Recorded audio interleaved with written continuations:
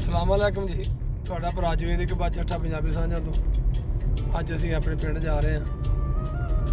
ਤੁਹਾਡਾ ਭਾਈ ਹੈ ਰਵੇਦ ਚੱਠਾ ਹਮਜ਼ਾ ਬੁੱਟਰ, ਸਾਡਾ ਬਚਪਨ ਦਾ ਲੰਗੋਟੀਆ ਤਾਲਬ ਹੁਸੈਨ ਪੱਟੀ ਸਿਰੇ ਗਾਂ ਦਾ ਚਾਚਾ, ਤੇ ਇਸ ਬਨੇ ਚੌਧਰੀ ਕੁਰਬਾਨ ਮਲਾਣਾ ਤੇ ਦਿਲਦਾਰ ਹੁਸੈਨ ਪੱਟੀ ਸਾਡਾ ਤਾਲਬ ਹੁਸੈਨ ਪੱਟੀ ਓਕੇ ਹੈਲੋ ਕਰ ਰਿਹਾ। ਅੱਜ ਅਸੀਂ ਆਪਣੇ ਪਿੰਡ ਜਾ ਰਹੇ ਹਾਂ। ਪਿੰਡ ਸਾਡੇ ਕੋਲ ਫੌਤਗੀ ਹੋਈ ਆ, ਸਾਡੀ ਰਿਸ਼ਤੇਦਾਰੀ ਦੇ ਵਿੱਚੋਂ ਚਾਚੀ ਲੱਗਦੀ ਫੌਤ ਹੋਈ ਆ ਗੋਲਖਾਨੀ ਦੇ, ਤੇ ਨਾਲੇ ਜੀ ਪੁਰਾਣੀ ਯਾਦਾਂ ਪਿੰਡ ਦੀਆਂ। ਕਿਉਂ ਭੱਟੀ ਸਾਹਿਬ? ਭੱਟੀ ਸਾਹਿਬ ਪਿੰਡ ਮੈਂ ਕਹਿੰਦਾ ਵੀ ਪਿੰਡ ਜਾਈਏ ਤੇ ਕੀ ਮਹਿਸੂਸ ਕਰਨਾ ਪਿੰਡ ਜਾ ਕੇ? ਤੂੰ ਇਹ ਦੱਸ ਦੇ ਯਾਰ। ਹੁਣ ਆਸ ਵਕਤ ਪਿੰਡ ਜਾਈਏ ਨਾ, ਹਾਂ ਤਕਲੀਫ ਹੁੰਦੀ ਹੈ। ਇਹ ਗੱਲ ਪਿੰਡੋਂ ਡਰ ਹੁੰਦਾ ਹੈ। ਕਿਉਂ ਹੋ ਗਿਆ?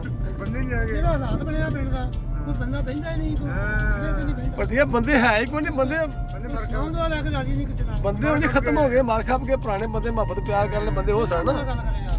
ਬੰਦੇ ਤੇ ਮੁਹੱਬਤ ਪਿਆਰ ਕਰਨ ਵਾਲੇ ਲੋਕ ਉਹ ਸਨ ਨਾ ਜਿਹੜੇ ਮਰ ਗਏ ਨੇ।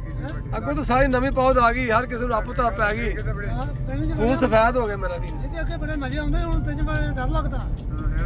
ਤੇ ਯਾਰ ਤੇਰੇ ਅਫਤਾਰੀ ਅਜੋ ਕੀ ਮੇਰੇ ਨਾਲ ਤੇਰੀ ਲੈ ਜੀ ਇਹ ਤੂੰ ਕਿੰਨੀ ਵਾਰੀ ਗੱਲ ਕੀਤੀ? ਇਹ ਰਾਜ 8 ਵਾਰ ਕਰਤੀ।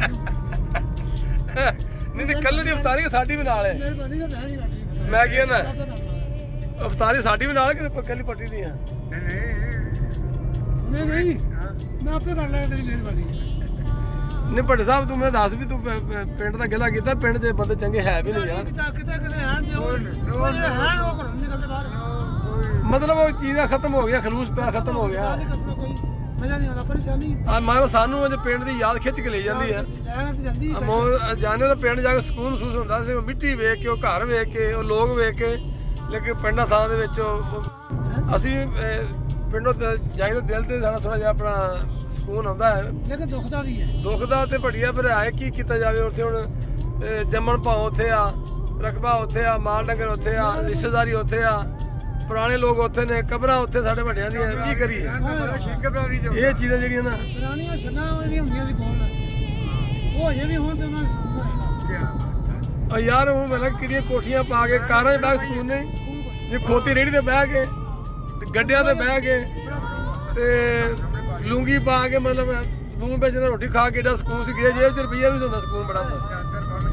ਇਹ ਚੀਜ਼ਾਂ ਹੁਣ ਪਿੰਡਾਂ 'ਚ ਤੇ ਨਹੀਂ ਲੱਭਦੀਆਂ ਜਿਹੜੀਆਂ ਤੂੰ ਲੱਭਦਾ ਫਿਰਦਾ ਭੱਟੀਆਂ। ਗੰਡਾ ਕੁੱਟ ਕੇ